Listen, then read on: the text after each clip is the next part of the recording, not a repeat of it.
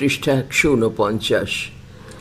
এখন যদি কেউ নস্টালজিয়া পীড়িত হয়ে দোল সংখ্যা আনন্দবাজারের কথা তোলেন তো ভুল করবেন যে যুগে ওই বিশেষ সংখ্যাটি বেরোতো সে সময় সাহিত্যের একটা বড় চাপ ছিল।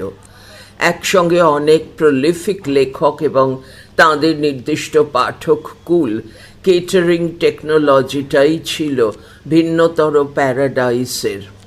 পরবর্তী সময়ে লেখকের প্রলিফিসিটির অভাব অবশ্যই দেখা দেয়।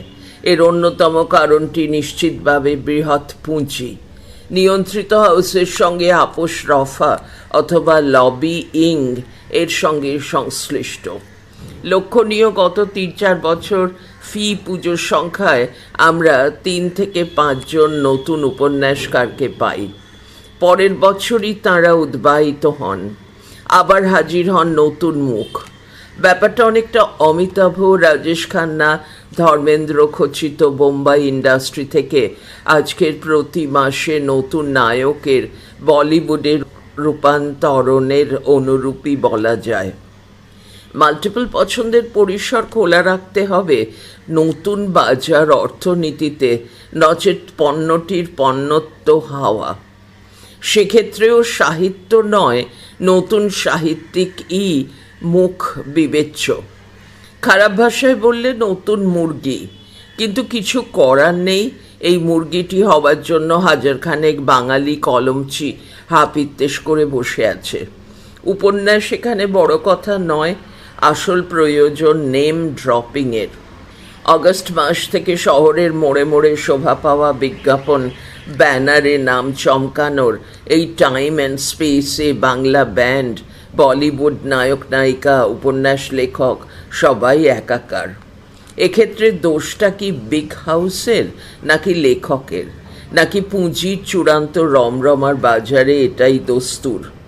অস্বীকার করার কোনো উপায় নেই যে যত ছোট বাজারই হোক, সাহিত্য এক ক্রয় বিক্রয়যোগ্য পদার্থ। সুতরাং পণ্য সাহিত্য বলে আলাদা কিছুকে ছেপে দেওয়া সম্ভব নয়। ছাপাখানায় আবিষ্কার থেকে ই বুক পর্যন্ত কবে কোথায় বিনে পয়সায় সাহিত্য সেবা হয়েছে। সুতরাং পণ্যত্ব দিয়ে বিচার করা যাবে না ব্যাপারটাকে, বরং ভাবা যেতে পারে তার গুণগত মানের অবনমন বা তদনুষঙ্গের ব্যাপার স্যাপারকে। এক্ষেত্রে যুক্তি একটাই, বছরে বছরে নতুন লেখক নির্মাণের খেলায় গুণ উবে যেতে বাধ্য, বিশেষ করে সেই ভূমিতে যেখানে সাহিত্য কারো জীবিকা হয়ে উঠতে পারে না। 5.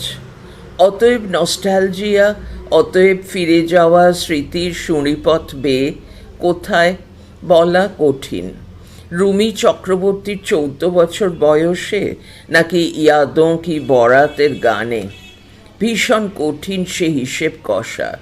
চিলড্রেন্স ডিটেকটিভ পুজোর সংখ্যা প্রচ্ছদে প্রতি বছরই একটা ধাঁধা থাকতো। কোনোদিন ব্রেক করতে পারিনি সেই ধাঁধা, আজও কি পারছি?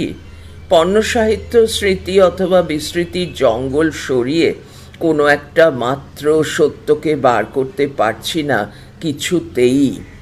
সম্ভব নয়। কতদিন থাকবে আর এই পুজোর সংখ্যা এবং তার সাহিত্য?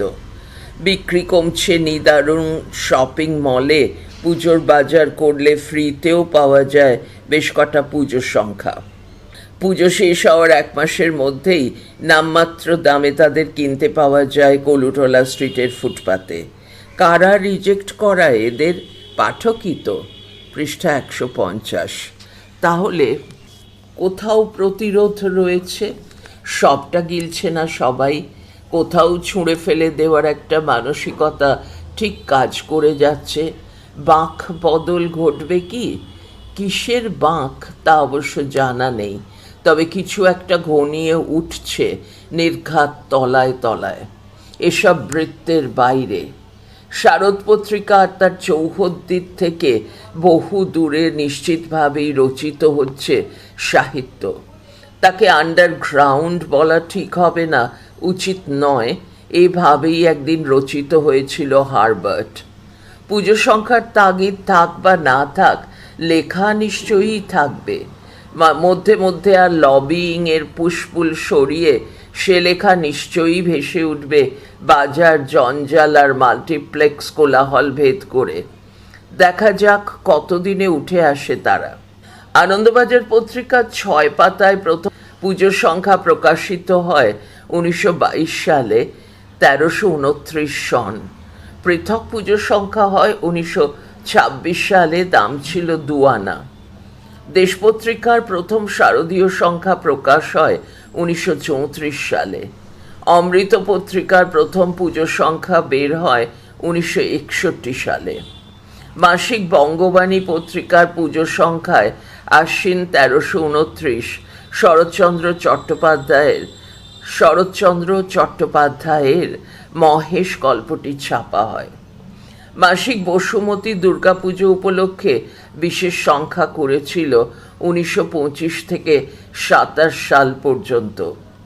ঠাকুরবাড়ির পত্রিকা ভারতী 1326 সালে 1333 সন প্রকাশ করেছিল পূজা নাম্বার, দাম 1 টাকা।